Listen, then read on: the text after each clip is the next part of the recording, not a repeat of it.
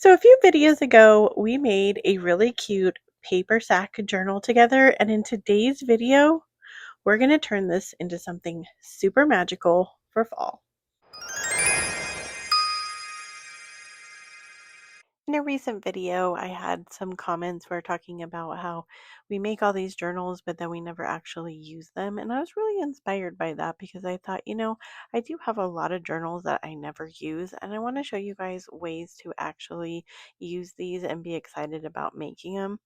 I made a recent paper bag journal for school, and I thought, I want to show you guys how you can use this. And I had this really fun idea for this, but I'm not going to tell you exactly what the idea is just yet. But we are going to go ahead and decorate kind of the inside real quick with some scrapbook paper. So I measured out the scrapbook paper, and as you could see, I gave you guys the measurements.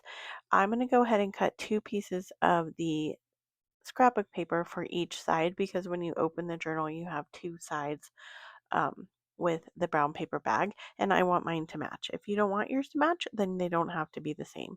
We're using a glue stick for this one because I wanted to show you guys you don't necessarily have to have the tape to make this work. I do like the tape because I think it goes faster, but if all you have is a glue stick, then a glue stick will work.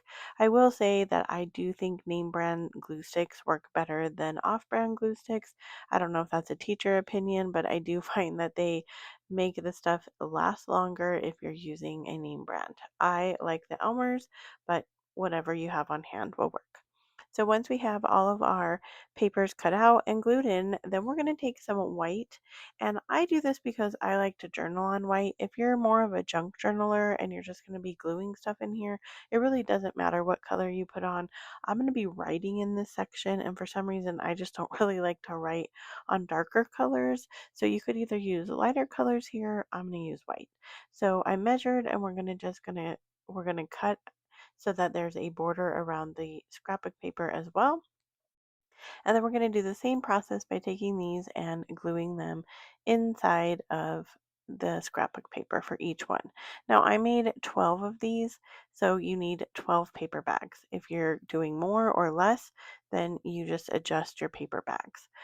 Again, I have a video of how I created the actual journal with the paper bags, and if you want to watch that, I'll have it linked at the end of this video and down in my description box. So we're just going to go through this whole thing and glue our white papers onto all of our scrapbook paper. Now, here comes a really fun part of this video. I was sent a Caydo button maker. I have never used a button maker. I think buttons are so fun. I've never actually used one, and so I was super excited to get this. Now, inside the box comes with several things. I was sent 3 different sizes of buttons, and they sent me 100 of each one of these buttons. This is the unboxing of the actual machine and what came in it. Um, so it did come with quite a bit of supplies. It comes with both attachments of the buttons. It comes with the film that goes on top. It does have some white paper also, and then the piece to seal it. There were more smaller buttons inside this box, and then this box also came with all the attachments for the different size buttons. So there are 3 different buttons. It also came with a paper cutter and a mat so that you can cut the paper to the size of the button. This machine was packed really, really well. I was surprised at just the construction out of it. It's really heavy and really well made. So we're going to go ahead, take it out of the plastic, and then we're going to go ahead and plug it in.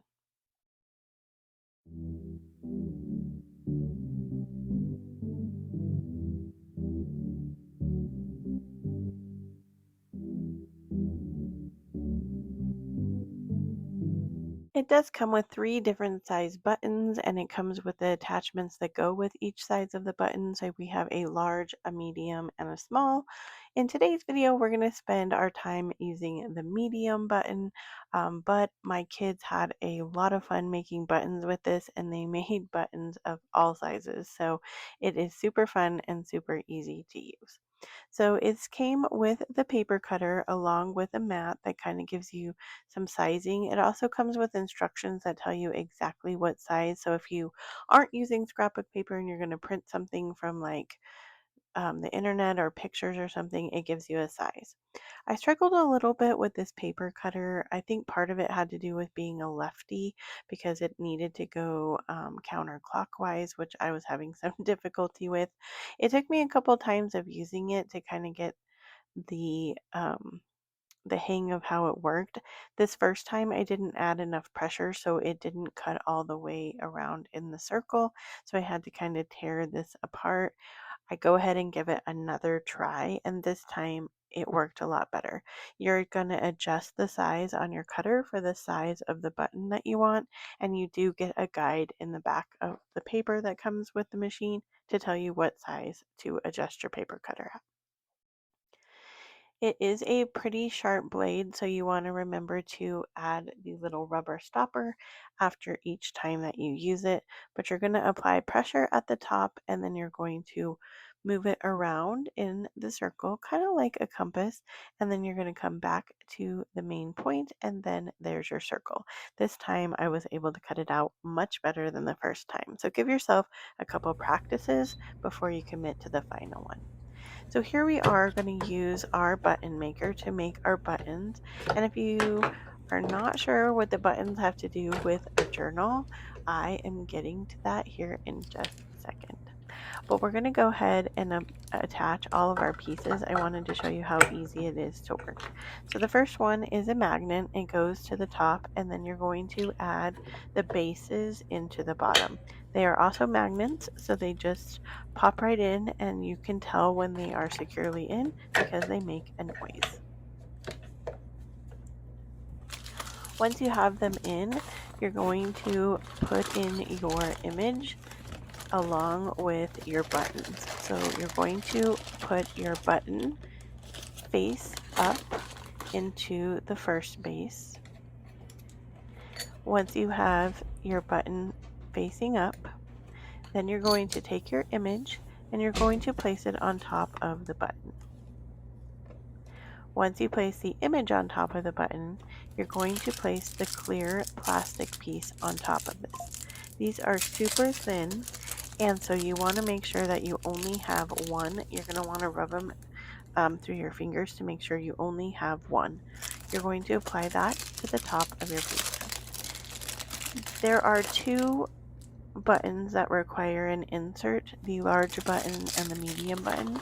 We're going to add our insert to help it stay up for the machine. Once we apply the back button, we're just going to put the squiggly lined piece of the button facing up. That is all you have to do to assemble this. Then we're going to move it around and push the play or the start button. This can be done automatically as well. So if you push the A on the right hand side, once you turn it to the position, it will automatically do it. Once you have the first part of your button done, then you will do the second half exactly the same way. And once you turn the button maker around, it will be completed. And you will have a really fun button.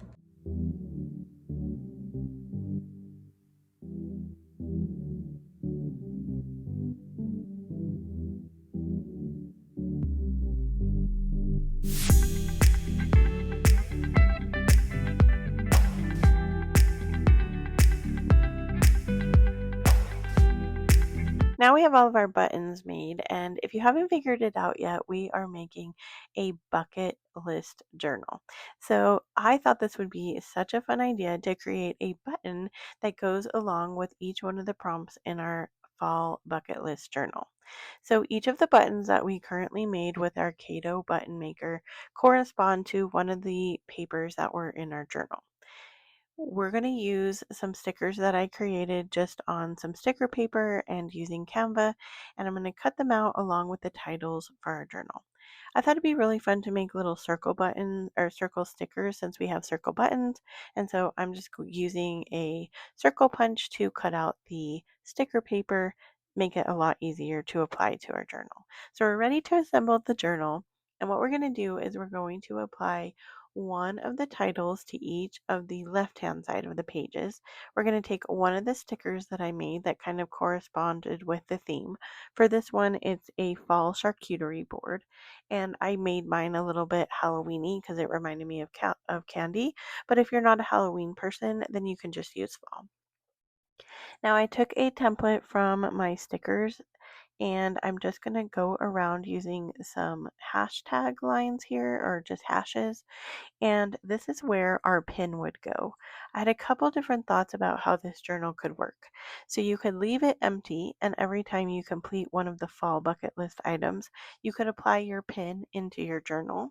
Or I'm going to show you guys how it looks when you put the pin in the journal.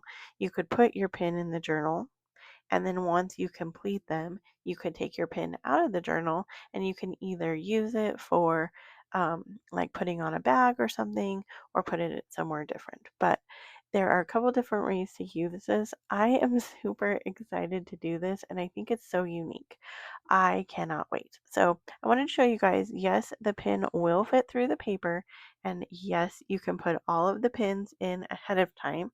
It does make for a pretty fat journal, but not one that I feel like you couldn't put, like it's doable to use and feasible even with all the pins in.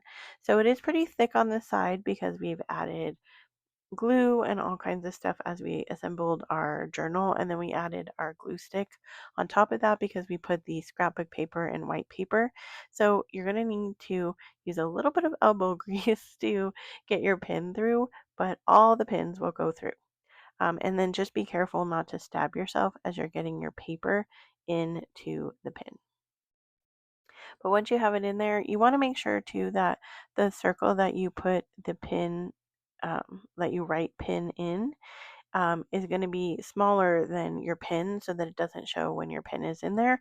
And if you're going to do the journal where you take it out, then you could put a sticker there or something. But here you can see how fat it is. And then here is just a flip through of all of the pages with the pins. I love it. Let me know what you guys think.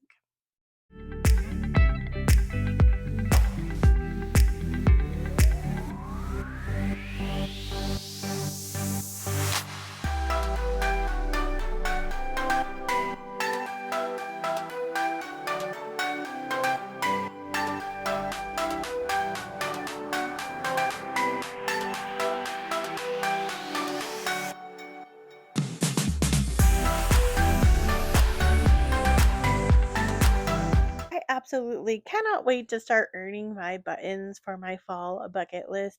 If you want the prompts for the same ones that I'm doing, it is listed down in the description box. And if you want to pick up this really amazing button maker, go down to the description box and click on the link and pick up one today.